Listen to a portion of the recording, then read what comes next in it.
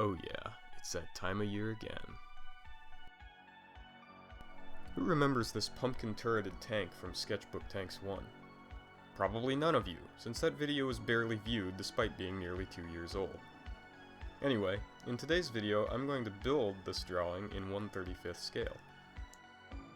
For the hull I'll be using this old M4 Sherman and this perfectly sized foam pumpkin.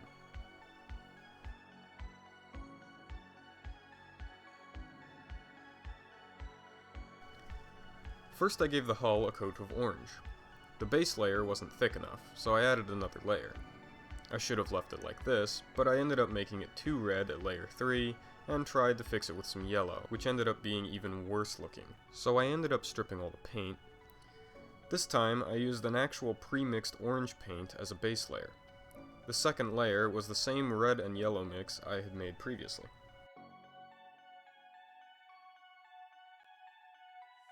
Eventually, I got it where I wanted it, and added a metallic brown dry brushing, and the all-important grime stains.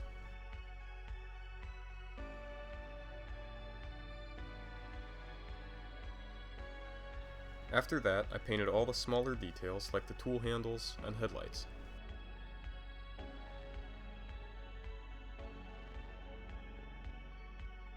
Next was the treads. The original drawing had normal tank treads, but since the tank didn't have any, I decided to make some to look like pumpkin vines. These were done by stretching craft moss over the wheels. The leaves were made from cut florist tape. Now that the hull was done, I started to work on the turret. For things that needed to be more recessed into the pumpkin, such as the gun mantlet and cupola, I carved out an appropriate hole after measuring the correct size. Speaking of which, the gun mantlet and cupola are both extra parts from other kits, a T55 and T3476 respectively. The gun barrel was scratch built from some bits of straw.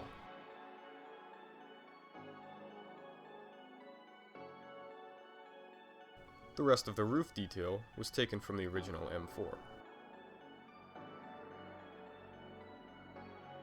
Lastly, I replaced the cheap plastic stem with a more interesting one made of actual wood.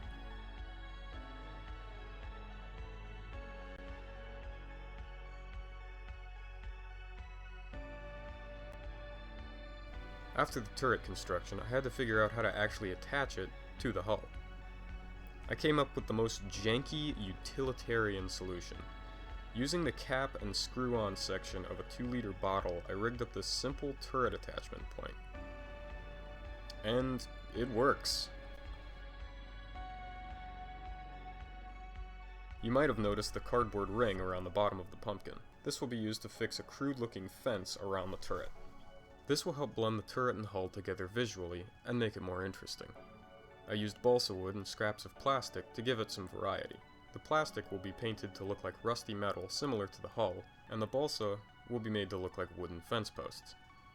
The gun and cupola were also painted to match the hull. As a side note, the white goo on the pumpkin is spackle, and this was used to fill gaps and blend some of the parts into the pumpkin more. And here it is after the turret was fully painted. I also added a board in the front of the hull for extra detail.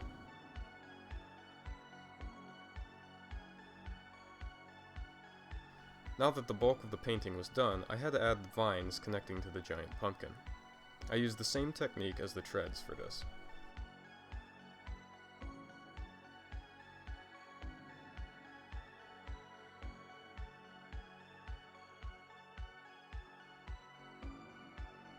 Lastly, I added some smaller pumpkins attached to the same vine.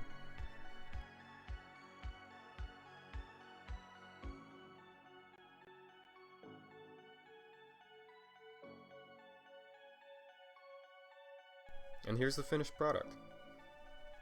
It's not quite the same as the original concept, but I think I've improved upon it. Not exactly sure what the backstory or lore this thing has, so leave your suggestions and theories in the comments below. Thank you for watching, and have a happy Halloween.